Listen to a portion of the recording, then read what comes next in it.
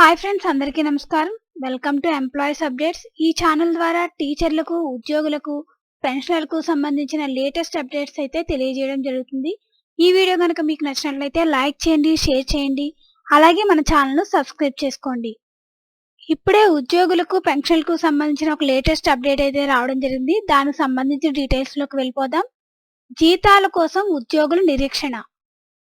వివిధ శాఖల్లో పనిచేస్తున్న ప్రభుత్వ ఉద్యోగులకు నూతన సంవత్సరంలోనూ నిరాశ ఎదురైంది. ప్రతి నెల 1వ తేదీనే జీతాలు, పింఛన్లు జమ కావాల్సి ఉండగా మంగళవారం సాయంత్రానికి కూడా పెన్షన్లు, జీతాలు అధిక శాతం ఉద్యోగులకు రానట్లు చెబుతున్నారు.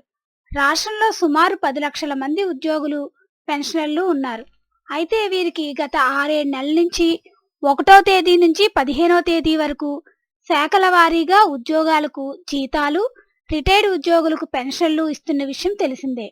అయితే నూతన సంవత్సరంలో అయినా 1వ తేదీనే ప్రభుత్వం జీతాలు చెల్లిస్తుందని ఆశించిన ఉద్యోగులు, రిటైర్డ్ ఉద్యోగులకు నిరాశ ఎదురైంది.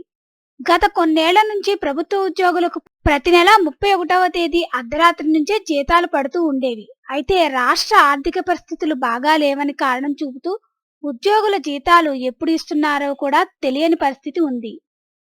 గత నెలలో 18వ తేదీకి కూడా కొంతమంది ఉద్యోగుల జీతాలు పడ్డాయి. కొందరికైతే నెలాఖరు వరకు పడుతూనే ఉన్నాయి.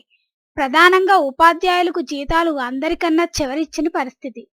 అయితే నూతన సంవత్సరంలోనైనా 1వ తేదీనే వేతనాలు, పింఛన్ డబ్బులు పడతాయని ఆశించిన ఉద్యోగులకు, పెన్షన్దారులకు ఎదురుచూపులే మిగిలాయన్నమాట. సో ఫ్రెండ్స్, ఈ విధంగా ఉద్యోగులు, పెన్షనర్లు కూడా జీతాల కోసం ఎదురు చూస్తున్నారన్నమాట. దీనికి సంబంధించిన ఏ విధమైన అప్డేట్స్ వచ్చినా మన ఛానల్లో తెలియజేయడం జరుగుతుంది. ఈ వీడియో కనుక మీకు నచ్చినట్లయితే లైక్ చేయండి, షేర్ చేయండి, అలాగే మన ఛానల్ను సబ్స్క్రైబ్ చేసుకోండి. Thanks for watching this video.